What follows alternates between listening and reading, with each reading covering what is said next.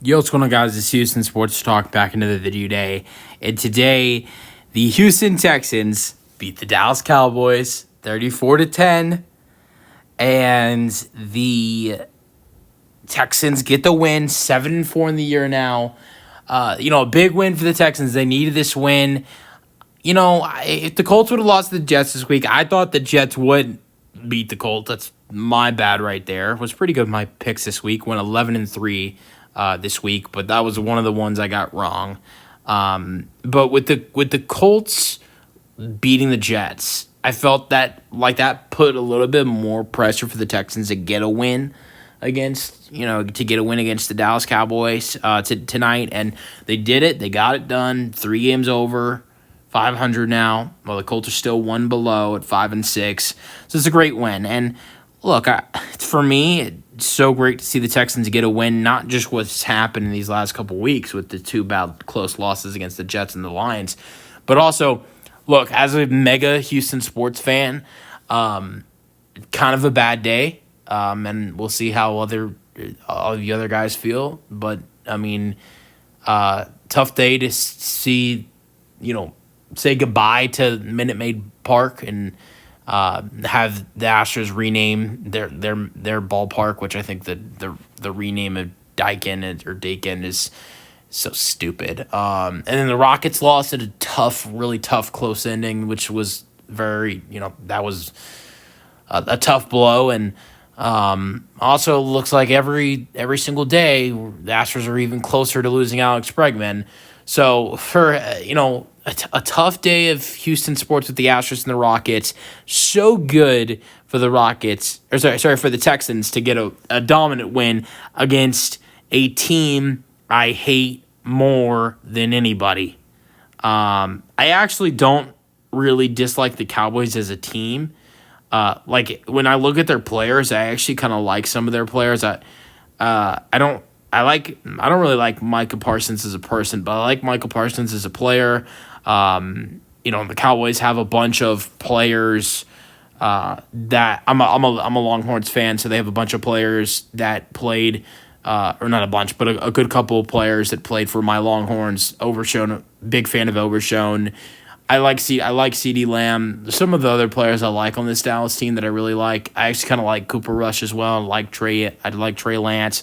There's a good hand of these players in the Cowboys I really like. It's not the team I dislike. It's the fans I dislike and the way they act, the way they treat other NFL fans, the way they think their team is so much better than everybody else, even though they haven't won anything in 30 years. And it's also their owner. What makes me dislike this franchise is not their players. I actually like a good part of their players. It's just their fans and their owner is where all my dislike comes from. I look at another team like the Chiefs. It's kind of like a dislike for their team. But with this Cowboys team, I actually kind of like a good chunk of their players. It's just the fans that are awful, and their own Jerry Jones. He is killing the Cowboys, absolutely killing them. He'll still tell you that he wants to keep Mike McCarthy. I know there are a lot of people saying that they think Mike McCarthy's gone after this year, but he's still going and saying that, Mike McCarthy's not going anywhere. He's still our head coach. Not just this year, but the upcoming years. I feel like this Cowboys team is terrible. Terrible. They have an amazing kicker. He nearly nailed one for 70 yards. He kicked a 64-yarder, would have been good from 71. Absolutely nailed it. What do they do? Penalty happens on the Texans on the play, and instead of taking the 3 points for a team who can barely score a touchdown, what do? They accept the penalty and go ahead and try to go get a touchdown. Look, I actually kind of understand that, even though it seems so stupid. You need a touchdown down 10. But what gets even stupider is they start driving. They're, like near the 10-yard line or inside the 10-yard line. Get to a fourth down. It was like fourth and 2 or fourth and 3, something like that. And in a situation where you need a field goal, like you're going to need a field goal in some point of the ball game, right? And to tie the game. Whether you score a touchdown on that drive, one of your next drives, you're going to need a field goal to tie it up. Or you go ahead and get the field goal then, and then go for a touchdown on a later drive. You need a field goal regardless. It's not like they didn't need a field goal. They needed to get a field goal whether it was then or was later in the game. And with not a lot of time left, what do? A team that can barely score touchdowns, would it have been okay if they went for the field goal then to put it at a one-possession game? What do? They go for the fourth down, and they don't get it. It was so stupid. And you know what it reminds me a little bit is when the Texans were in New York a couple weeks ago in Thursday Night Football, and Kaimi Farenberry made like a 45-yard kick, and there was a penalty. There was a roughing kicker call, and the Texans accepted the penalty, went down, got inside the 10, got into a fourth down situation, and decided to kick a 27-yarder and missed. The stupidity from this team and it's just terrible. Defense is terrible. The worst run defense in football. And Joe Mixon showed that tonight with 109 rushing yards and 3 rushing touchdowns. C.J. Stroud didn't do a bad job on his running end as well. And just a great win. And the Texans did something they haven't been able to do in the second half recently is outscore an opponent in the second half, 17-0, 10 points offensively in the second half. So you love to see it. Really love to see it right there for the Texans getting some points on the board in the second half. They've not been able to do that. It's been a real struggle to do that. And they do that. 2 touchdowns, 1 offense, 1 defense. Which was great with this team. Let's go over the scoring summary. 34-10 is the final score. 45-yard rushing touchdown for Joe Mixon is the first score at 7-0. Then in the fourth quarter, Joe Mixon with a 1-yard touchdown run is 14-0. 64-yard touchdown pass to Cooper Rush. 64-yard touchdown pass by Cooper Rush to Kevontae Turpin.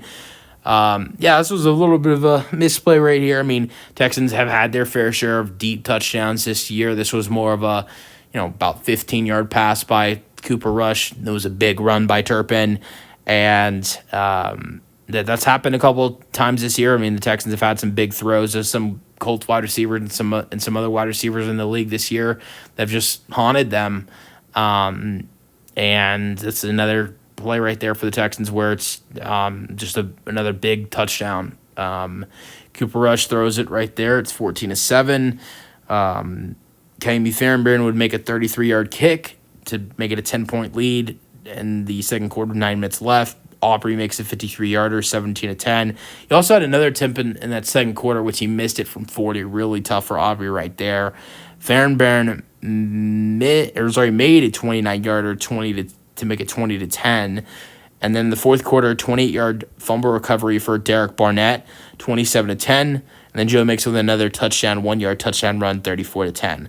Game leader, C.J. Stroud, 23 for 34, 257 passing yards. Does throw an interception. No touchdown passes for C.J. Stroud, with it being a Joe Mixon touchdown fest.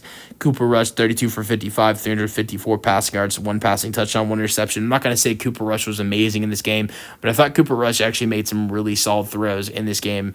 I get the Texans have been a great pass defense this year, but I thought he looked pretty solid and made some good throws. I mean, look, I think I think he looked better than Dak has looked most of the year. So, I mean, not terrible. He had his moments.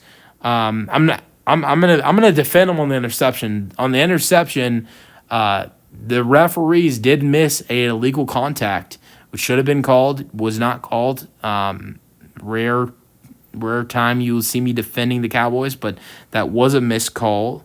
And so the interception wasn't even that bad, since it was a missed flag. And I think the fumble was bad, though. I mean, the fumble, he had a couple, fumbles. There was the fumble that was recovered by Derek Barnett for the touchdown. There was also a couple fumbles he had that he didn't lose, but was not so great with keeping the football in his hands 100% of the time. But I thought with completing some throws and getting some throws, I thought there was some really nice throws by Cooper Rush in this football game.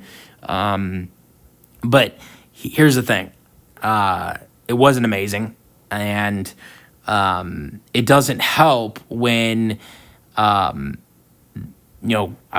Aubrey's, I think, the best kicker in football, but it doesn't help when your kicker misses a 40-yard kick, and it doesn't help when your coach makes a stupid decision to go for it on 4th and down instead of kicking a field goal.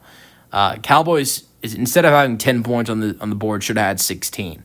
I know that still doesn't look amazing, but I thought Cooper Rush did a solid job, and it also doesn't help when your defense is so bad either. So, all right, rushing yards: Joe Mixon had 20 carries, 190 rushing yards, 3 touchdowns. Rico Dowdle had 10 carries, 28 rushing yards. Run defense was fantastic. Receiving yards: Nico Collins, 4 receptions, 54 receiving yards. Great to have number 12 back. CeeDee Lamb, 8 receptions, 93 receiving yards. I thought CeeDee Lamb was going to have a big day. He did. He was amazing. Outside of Rico Dowdle, CeeDee Lamb had a 13-yard run, and Deuce Vaughn had 4 carries for 13 rushing yards.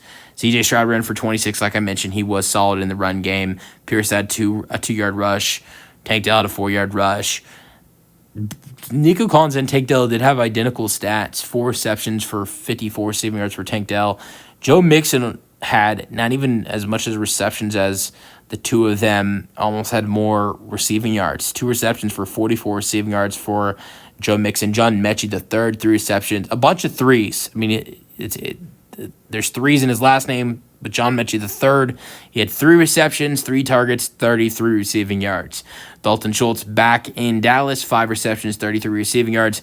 His backup, rookie tight end Cade Stover, 2 receptions, 15 receiving yards, and Robert Woods with 2 receptions for 13 receiving yards.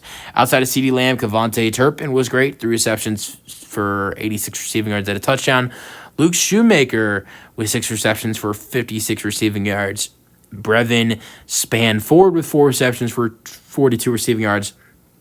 Jalen Tolbert with 2 receptions for 21 receiving yards. Ezekiel Elliott, 3 receptions for 16 receiving yards. Jake Ferguson had 1 reception for 11 receiving yards. He did get hurt in this game, went down with a concussion very early. Cooper Rush, like I mentioned, 2 fumbles. He lost one of them, which was a Derek Barnett touchdown, but the other he recovered. And so that was one of the fumbles that, he fumbled, but he recovered his own fumble. And then there was a fumble lost, but also recovered by Tyler Guyton, offensive lineman. All right, defensive stats: Jalen Petrie is amazing in this game, 9 tackles, had some really hard hits. 5 sacks, though, for the Texans, 2 for Daniil Hunter, 1 for Danico Autry, who got a little bit banged up in this game. 1 sack for Tim Settle Jr., 1 for Derek Barnett, who also had a 28-yard touchdown. 6 tackles for loss. Derek Stingley Jr. had an interception, which he returned for 7 yards. Cowboys interception. Cowboys also, did manage to have an interception off of a bad C.J. Stroud throw. 1 interception for Malik Hooker, which he returned for 21 yards. That's the video. Hope you guys enjoyed. Great win for the Texans. Great for the Texans to be back on the win column.